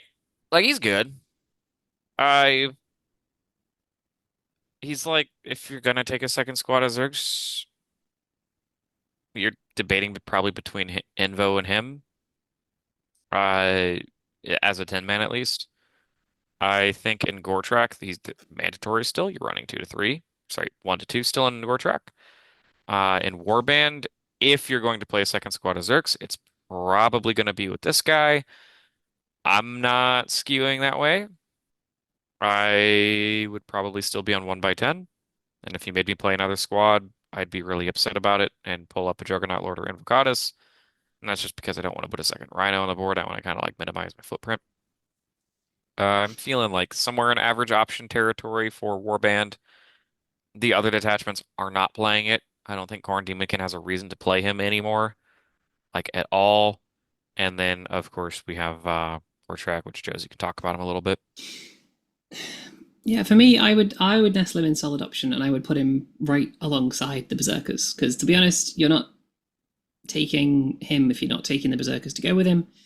I think we've almost always had him in S tier. He's always been, in our opinion, one of the best units that we have access to, and his stocks have definitely fallen with berserkers.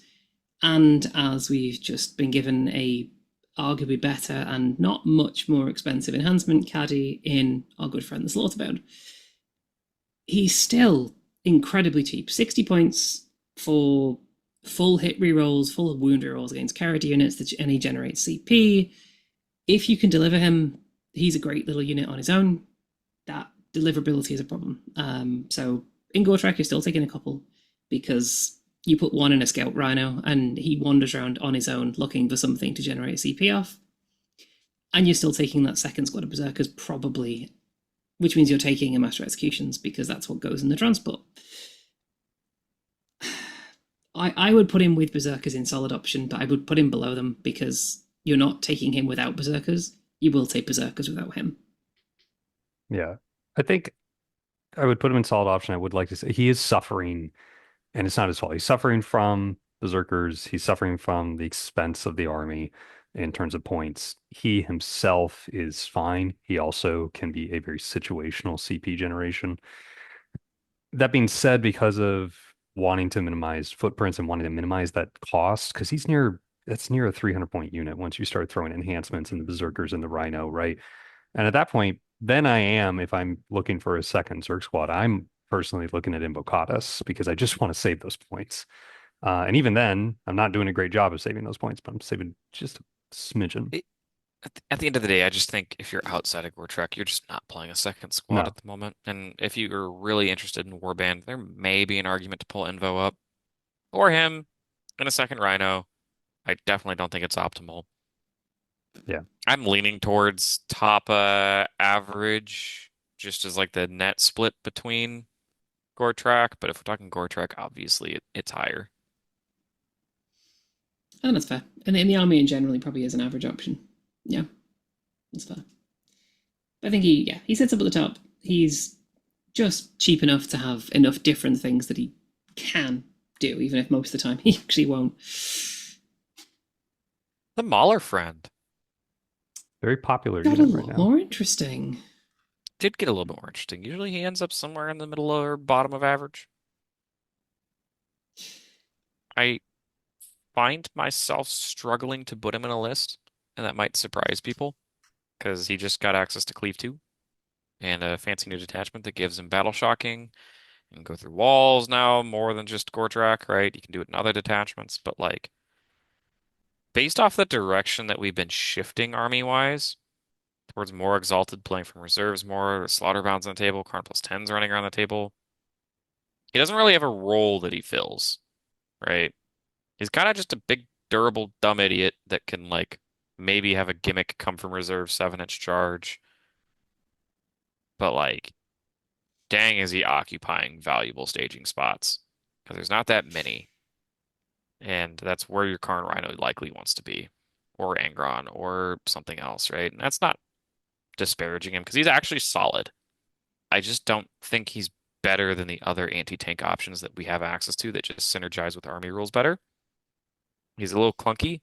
Cleave 2 and the Melta Guns don't really work really well together. They fight each other quite a bit. I personally am like not down or high on him, which tells me he's going to be somewhere in the middle of average yet again. Yeah, I almost feel like taking Cleave 2 on it will end up a mistake most of the time. If you've specifically built a list around, like if you've got 20 spare points, pop Cleave 2 at a Molothian, absolutely.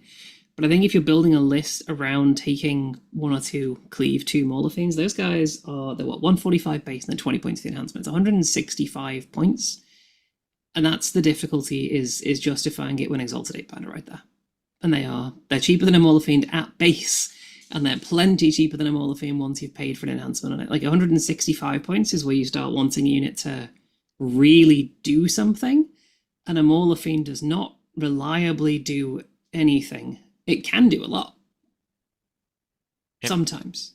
he used to rely on because you get plus one to, what the non-bow is you get plus one to hit if you're going into an injured target, but if it target's injured, Cleave 2 is less likely to be relevant.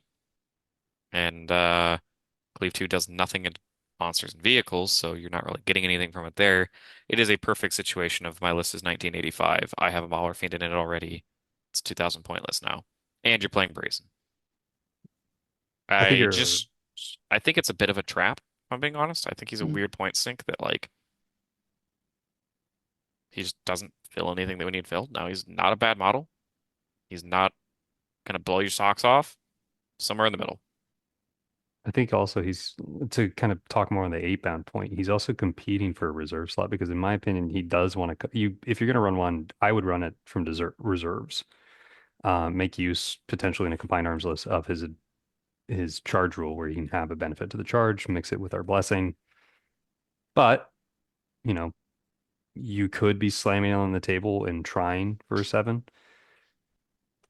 If you're rapid ingress in it, like, let's say you're running him with 8 bound, or if you're planning to rapid ingress, why not just run 8 bound? He's competing for those slots. He's competing for that space now in that regard as well.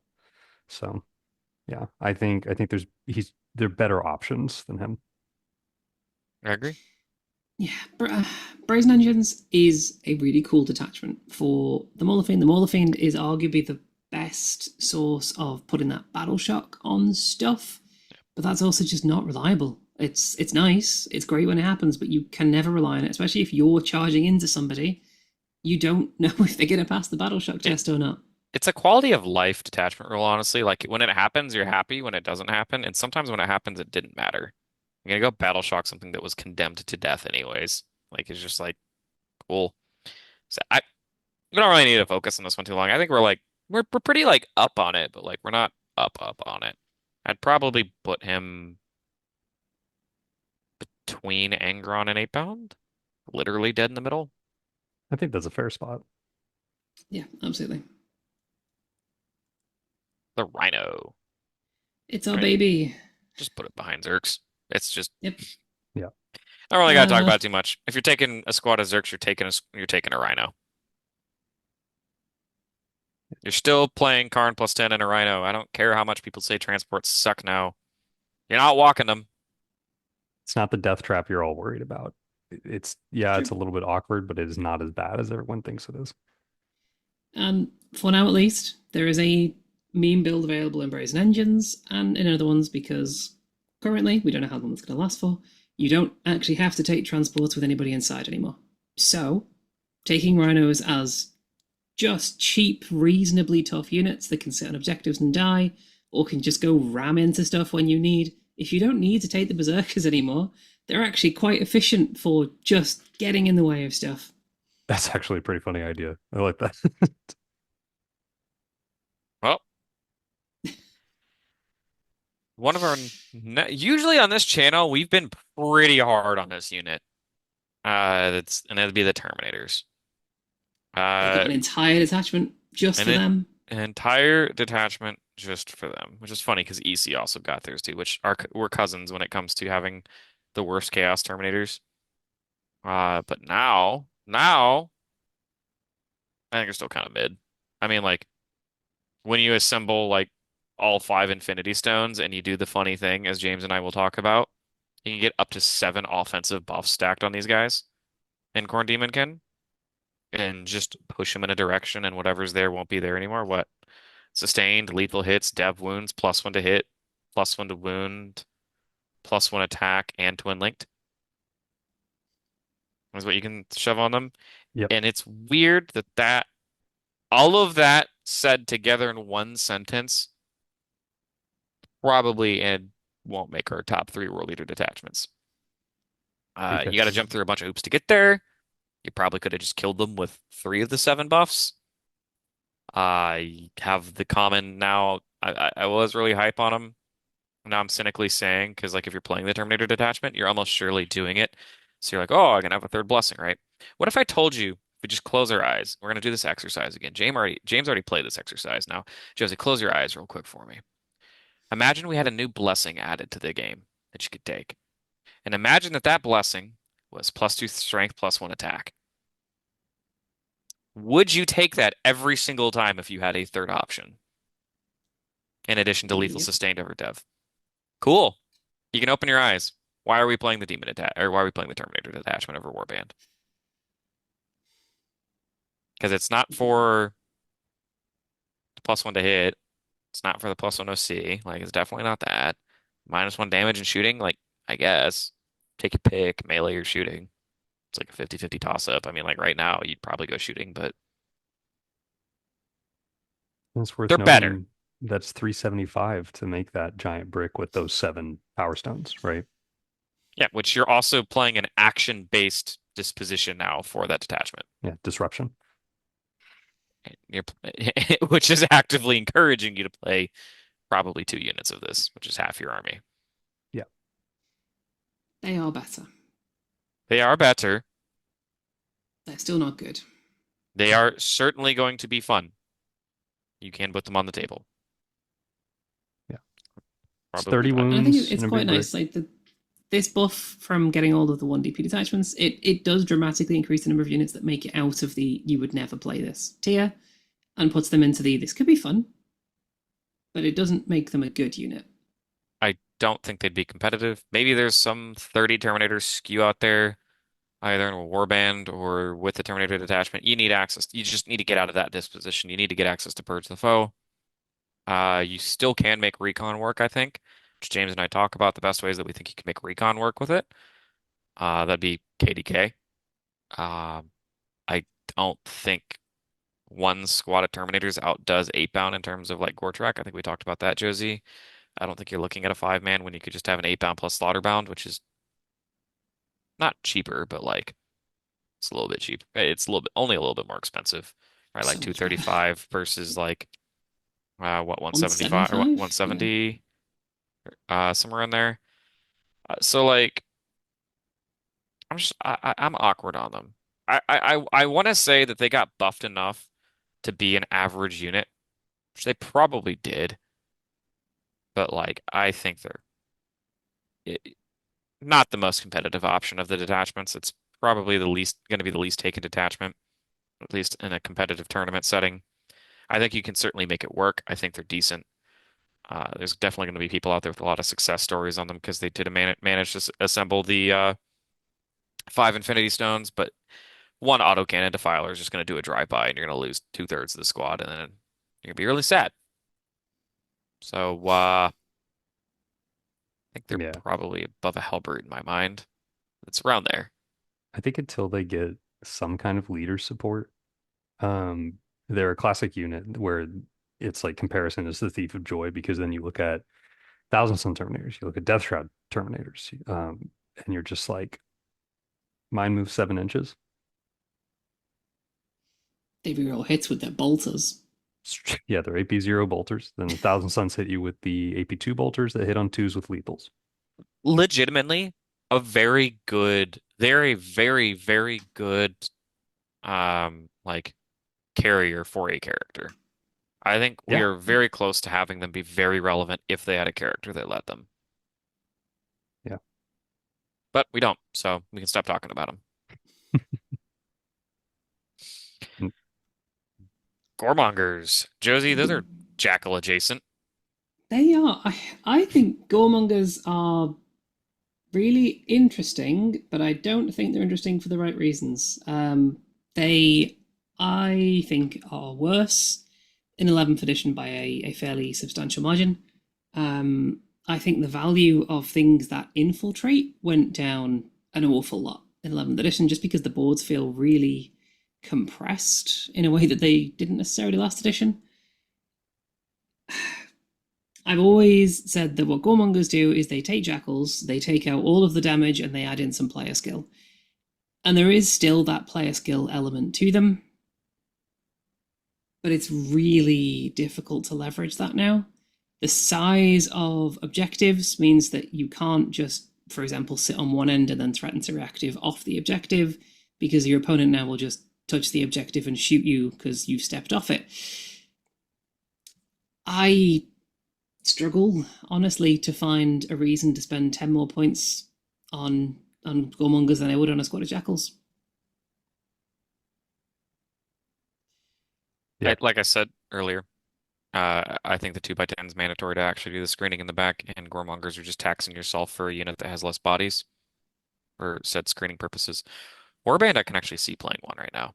Like, I think infiltration has big benefits, especially in teams where you get guaranteed first defend, and you can be like, yeah, I don't want to get jailed by that guy over there, because like, there's plenty of times you can be like, yeah, I can take that Poxwalker matchup. It'll actually be great for eaters, but I better win the die roll for attacker defender, or else you get jailed. And now it's just like, actually, that's just a good matchup now. All right, like you can actually justify that as a matchup. What do you think Goremongers have a use? I don't think you're taking them up at Jackals. I think you can get away with none. yeah.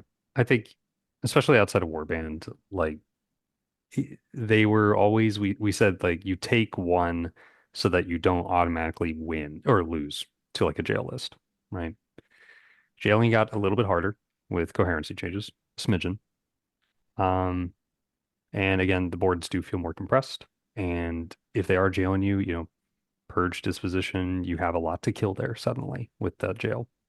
So it's not as imperative anymore to completely stop infiltration. And again, even when you were trying to stop it, you are coming down to an attacker defender role.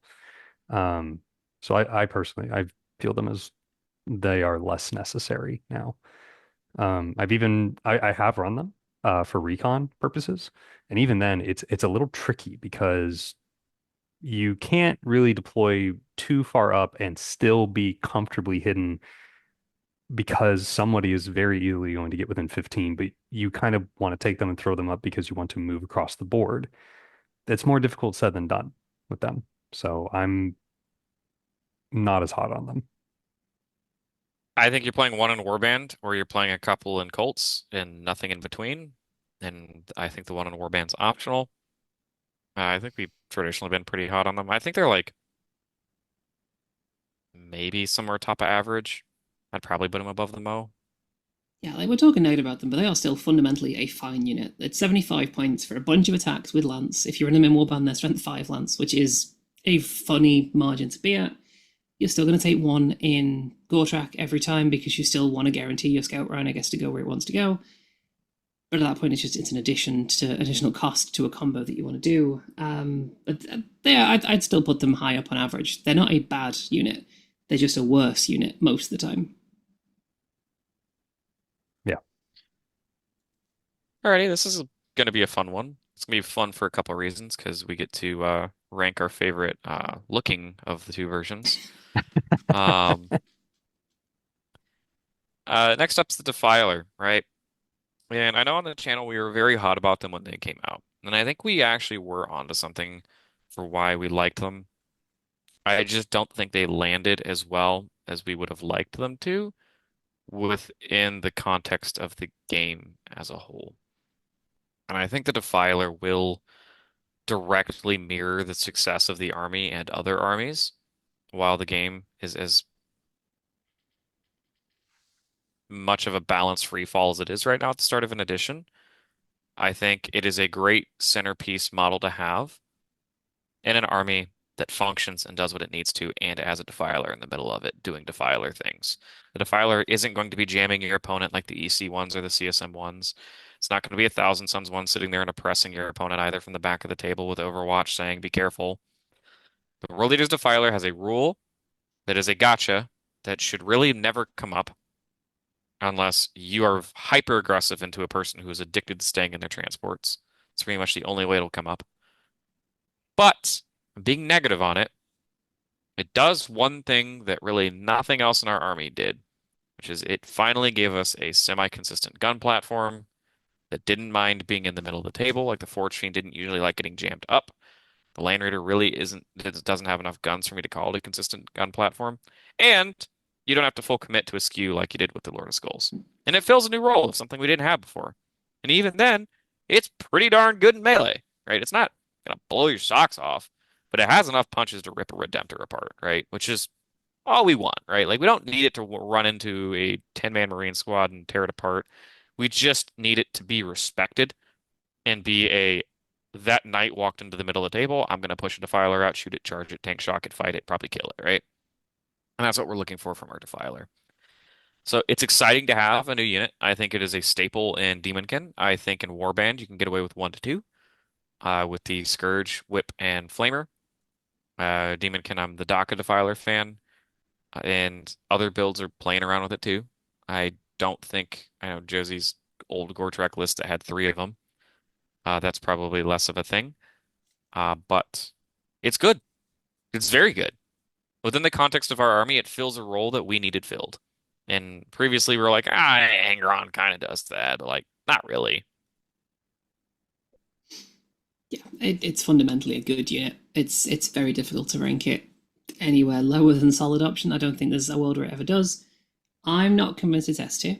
I think it's one is very splashable into a lot of armies still. As soon as you run more than one, you are it's in a similar problem with the Little Skulls, you're then skewing your build in a way that isn't necessarily comfortable. The boards that have come out for 11th edition, lots of the deployment zones that you've got have a gap of around about 6 inches to hide big stuff, and that is not a big enough gap to fit a defiler base in, so you'll often find it sitting way further back than you want it in deployment. And actually, just for getting around the board, I found in my practice games, it can be really cumbersome. Yes, it can walk through walls, but not being able to end a move, obviously, in a wall, but also having to end that move outside of engagement range of opponents means it's really difficult sometimes to get just on a mid-board ruin because your opponent's sat on the edge of it. And all of a sudden, you're trapped because your defiler just can't go anywhere. It's still very good. I think it's vulnerable to getting shot off the board in a big way at the minute, especially. But it is still a very good unit, and it's a big threat in an army that doesn't really have any other It, efficient range threats. it warps matchups too. Not a lot of them, Yes. but there are some matchups where it being on the table and to another army that doesn't have a strong enough gun line to actually threaten it, it warps that matchup very, very much so in your favor. Yeah. So, and I don't think it necessarily loses you the shooting matchup either. I think usually what it ends up doing for me is it does run up in a shooting matchup. It does kill something and it does die, but it takes roundabout its points total or a little bit more to kill, which buys the rest of your army a little bit of breathing room, which is nice. And if it lives, oh boy, remember how we always complained about leaving a knight at 1 is basically leaving a knight at full? Same thing with this. Especially if you're playing Brazen and you're paying a CP to ignore mods and it's just on 4s again. Like it clean sweeps in Brazen an entire squad of Victrix. Like it just sometimes the character too. So I'm pretty high on it. I like it. These things And are menaces in Brazen, but outside of the context of Brazen, I understand why you would take just one or even be hesitant to take them. So for me, it doesn't quite hit S tier, but I do think they're top of solid option. Because in I put Brazen, it, they are yeah, brutally oppressive. I yeah, would put it right at the top of solid option. I would say it's either there or beneath the Slaughterbound, but like I'm not gonna be picky. But which one? But which one? Oh, our goofy cousin very briefly sits in Hellfreight tier and then goes away again. Yeah. Bloodletters, it's our time, James. It's your Yeah. time. I'll let you take it. You're the Bloodletter fan first and foremost. Yeah, I'm back on 30 as my favored. I was running 20 for a while and then was even experimenting with letterless lists at the end of 10th. But the addition of hidden has made them really solid. They're really, really good in meat grinder matchup, which is purge free purge, because you can very consistently, based on either your overload or your defiler shooting, which is a little bit more long range, and a little bit more reliable for a distant target than a forge fiend, you can very easily take your opponent's home and start racking up those points. You get 5 points every time in Meat Grinder. The reason I'm bringing it up is you are going to play a lot of missions that are Meat Grinder right now. Um, and for that reason and the hidden reason, I think they're still very, very solid with Summon by Slaughter. Now, there's still Bloodletters, still only 20 attacks that are every so often going to kill 5 Marines. Every so often, they are not going to kill 5 Marines, especially if they AOC. Don't expect too many huge swings out of them, but they have No. applicability and very good at trapping transports now because you have to meet the 1 inch requirement, not the base to base requirement. So they're good. Yeah, they're 10 little guys running around with a 5 up and Vuln's actually kind of obnoxious to kill. They're dirt cheap, dirt cheap, and they're great supplemental damage. That is a You can use them to go a Defiler pops a unit on the other side of the table, drop them down, do an action, or drop them down and do a charge, flip an objective, right?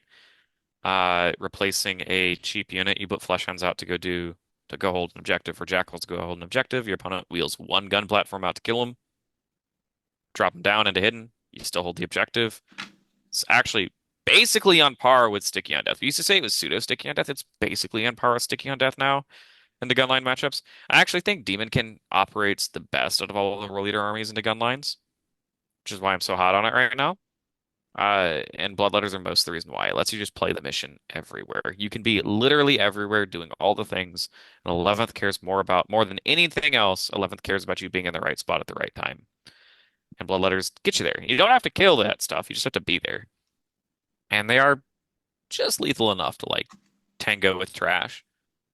They will kill 5 scouts. They will win a fight against cultists on math. You probably don't get through them. But that's fine. Beggars can't be choosers, and that bloodletter strat is genuinely messed up. It's still Yeah, So great. yeah, they're I the would best tactical option in the book. I would say It's under the things you contextually, can do. Yeah, yeah, contextually, I'd say they're S tier. Just if you think about the strat and what they do and what they offer, uh, you're playing 2 to 3 squads now minimum in KDK. Yeah. Yeah. To agreed. expand upon the letterless thing I said, that is no longer an option. You are taking letters. No, they're not above jackals. I would throw them at probably They're at the yeah, back. That's fair. bloodthirster. The Bloodthirster. I don't like them. You I do don't like like them. them How much? or you No, don't like them? no, I don't How like much them. did he go up by? He's 315 now. Yeah, he went up by Ugh. 10. Like any position you're looking at him, take Scarbrand. In Just any takes position Scarbrand. you're looking at 2 of them, stop. Oh, You he's don't. 320. Yeah, and Scarbrand is Oh, 350. Scarbrand's oh. 350, and the Bloodthirster is 320. Yeah, no, ew, This guy disgusting. has fly. That is the only thing going for it. Take Scarbrand. He does like weird mortal wound bombs. Also, like the ability for +1 to hit. Like I don't give a shit about buffing my bloodletters. They already do nothing. Nothing plus something equals nothing still, right? Like the only actually, if Scarbrand walks by and they randomly go to 30 attacks, and I'm like, ooh, That's like that, good. Yeah. that he's like not bad, but like he's just not worth it in comparison. I'd Um, rather find and points for Angron even. that's what I was going to say is like if you're going to run Scarbrand and another guy, fit Angron in there. That's a significantly better threat for not that significantly more points. I'd almost rather have two Mauler Fiends even. Yeah, and the big problem for KDK always is that you're capped at 1,000 points. If you want to take 3 blood ladders, you're already down 270. You want to take the blood crushers because the blood crushers are so efficient right now. You don't have room for two big guys in 1,000 points at that stage, and you're gonna want to take Scarbrand more than you're gonna want to take a Bloodthirster. I think he's just like directly below 8 pound. I'd I'd agree with that. I would take him over Terminators. Um, Yeah, that's fair. especially now that he doesn't have to pay his rotate tax because he was on an oval base, so it was always He wasn't very an oval. it was always very awkward to move him because it's like, yeah, he flies and he moves like 2 inches more than Scarbrand, but then he pays those 2 inches and doesn't have advance in charge. Scardy B. Still good. Still good. Mm. Solid. We You'll take we him. yeah, we talked about this in the KDK video. Less necessary with the advent of 1 DP detachments. Um, but still good. Just good, solid damage dealer on paper. And like we said, it's always funny when he passes by some bloodletters and sprinkles 10 extra attacks on them. Yeah. I think I prefer the Juggernauts over him, but I think it's a very, very, very, very close argument. So I'd probably throw him right behind the Blood Crusher brick. I'd agree with that. Oh, that's fair. And Flesh round it all hounds. off, our lovely little doggos, Fleshhounds. 75 points. They cost the same as a unit of Goremongers, and I would rather take Fleshhounds every time. They're great. Yeah. Um, they, I love running units of three or 3 units of five if you can afford it. Two's still solid. One is even still fine to get away with. They're very solid for so many different reasons, whether it be teleporting them to grant yourself the 6 inch band that you need for stratagem usage, using them for going and taking an objective that's far away or doing a secondary, or even popping them up and just dropping them back down once you see how your turn looks like to screen an area. They're very good for that in the early turns specifically. If you have an opponent that's not going up and down, and so once turn three ends, you're kind of done with their reserves. If you've been screening your backfield with like a unit of flesh hounds, suddenly you don't have to worry about it and you can just pop up and do what you need to do. They're great for 75 points. Yeah. I think if you're playing Demonkin, one is obligatory. I'll die in that hell. Yeah. They are And if you decide fast. to, Yeah. if you lean into recon for your KDK, you should really be looking at running 3 of these if you can Yep. Yep. fit them into a list. Yep. Hmm. If you're playing Demon Eaters, I think that's the only way that you can really make them work is by leaning really hard into the Fleshhounds as backup. The I like them as a one of because they move 12 randomly. They don't reliably kill anything in melee. 15 attacks, strength, reasonable strength, but like they're not beating up cultists. Like they might kill a squad of cultists, but I wouldn't count on it. Maybe if you involve their flamer too. But I've been in tons of situations where I like drew turn one, secure no man's land, rolled an advance on them, just zipped them up the table, strung them out, screened, touched two objectives, and I was immediately like, shoot them. There'll be bloodletters eventually. Well, I guess that's on turn two, but you They'll can evolve. have like a later turn where you shove them up and they're like the primo, like early game bloodletter unit. Yeah, So I put them at bottom at solid, honestly. I'd agree with that. You're taking at least Yeah, one. that's fair. Yeah. Taking at least one. All right, everybody, we finally got through it. Is there anything that are looking at here that needs to shift? I know one that I'd probably shift now that we've had time to like think about it. Go for it. I think it's petty, but I'd probably bump the jackals above the prince. I think that's fair. They're you're taking 2 in every list. You're not necessarily taking a prince in every list, even Yeah, if you maybe should, but you are taking jackals in every single list still. yeah, Yeah. that's fair. Looking through solid option tier, I think I agree with all that. Average option tier, yeah, I won't pick. I won't be too picky. Um, it still seems like we're fairly like, and again, this is contextually, guys, within we're talking about world leaders, period, right now, and with blinders on with our own army. I mean, outside, you've heard us say the words over and over, overcosted, yada yada yada. Game has a little bit of balance issues right now. Hopefully, that stuff gets sorted out. Um, I think Jack Harpster and I are talking about doing a State of the World Leaders video where we can go through kind of like our vibes with world leaders with the rest of the meta. But for now, I mean, do you guys feel good on the vibes in terms of just what our opinions that we've accumulated that will almost certainly get us yelled at? Yeah. I do feel good about it though. I think this has come. We've seen a lot more compression into the solid and average tier, and I think that's right. I think there are a lot more playable data sheets in the book now than there were at the back end of 10th edition. And I think that is making it really interesting for list building. Regardless of where we end up competitively going into the new edition, I think you'll see a lot of variety in lists. And it may be that a lot of this shifts around as we sort of decide what the best builds are and stuff. But right now, you can build a list with almost anything in it, and we're not going to have a go at you for it. We're going to be pretty happy about your stuff. If you're happy with your list, then we'll be pretty happy with it. Just don't take Predators. Yeah, I think You got it for mindset me. wise, like, yeah, we did touch on like if you're going to a GT and you're looking to go 7-1 at that GT, probably some of this could shift it around. But if we're just talking like RTTs and that competitive mindset, even into the player that, hey, I just want to go 2-1, I still want to grow competitively. I think our roster has expanded for them to play whatever they want to their heart's content and still hit that record comfortably at this point, which I think is great. Yeah, and as we brought up in the detachment tier list video, I think every single world leader detachment has a viable build that could win an RTT and that can at least 4 and 1 a GT. I think you can go 4 and 1 with any of the world leader detachments combined with the 1 DP now, which is nice. We used to have a lot of low tier options. There's a lot of them down there. And I think like it was the Terminators that came up. Lord of Skulls came up a little bit. Usually the Mauler Fiend hung out down there. And I mean, the Predators also were part of the lot of low tier options they dropped, so cry a little bit. Broadly speaking, we're excited for, I mean, at least the diversity within the army. There's a lot of different builds you can have, which is something that we haven't had for a while, at least since Dabrosi. Rest in peace, Dabrosi. We had you for like a few months.